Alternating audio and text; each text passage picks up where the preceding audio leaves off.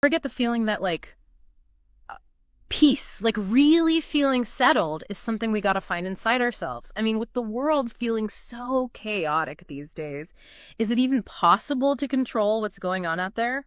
Or is there like a steadier place somewhere in here? Yeah. And that question, that's exactly what we're going to be thinking about as we jump into this deep dive. Okay. You, our awesome listeners, sent us some incredibly powerful stuff this time.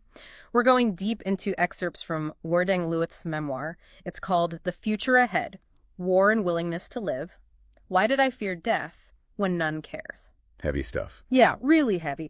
And this isn't just like a history lesson about the Sudanese civil war. It's way more than that. This is about one person's journey, like how they found the strength to keep going when everything around them was falling apart. Right. So today, we're diving deep into Lewitt's insights. Like, what makes humans so resilient?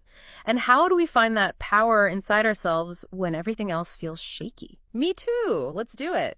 One of the things that immediately grabbed me was how universal Lewitt's struggle is, you know? We're talking about a really specific and extreme situation, but his search for stability and meaning when everything's gone haywire, that's something we can all relate to. It makes you wonder, what are the things that the human spirit just absolutely needs when it's pushed to its limits? Right. Like, what are those bare necessities we need to survive, not just physically, but mentally and emotionally too? Exactly.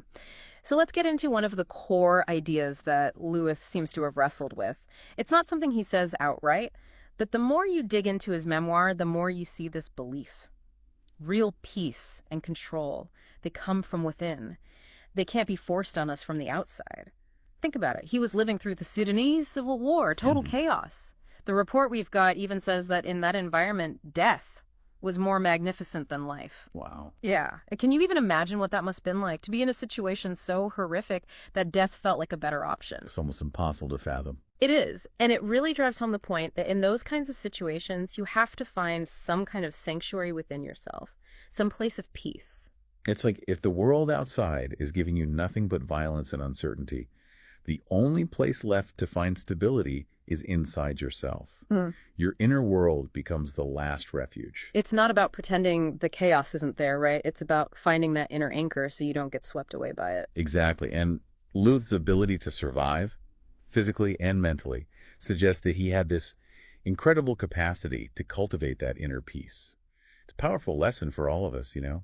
When things are falling apart around you, that inner strength becomes your lifeline. Absolutely. And that need to find inner peace, it seems to have led Lewitt to another really powerful realization. He says, only you can help yourself. Now, the analysis we have really emphasizes that this isn't some cynical, screw everyone else kind of statement. It's more like a hard truth, something he learned the hard way from his experiences in the war. And it seems like this realization came from a deep understanding that the rest of the world wasn't really paying attention to what was happening in Sudan. He even says no one cares about the religious justifications that were being used to fuel the conflict. That's a pretty bleak assessment. Yeah, it is. And I think that sense of global indifference is really important here. When you feel like the world has abandoned you, like no one sees your pain or understands what you're going through,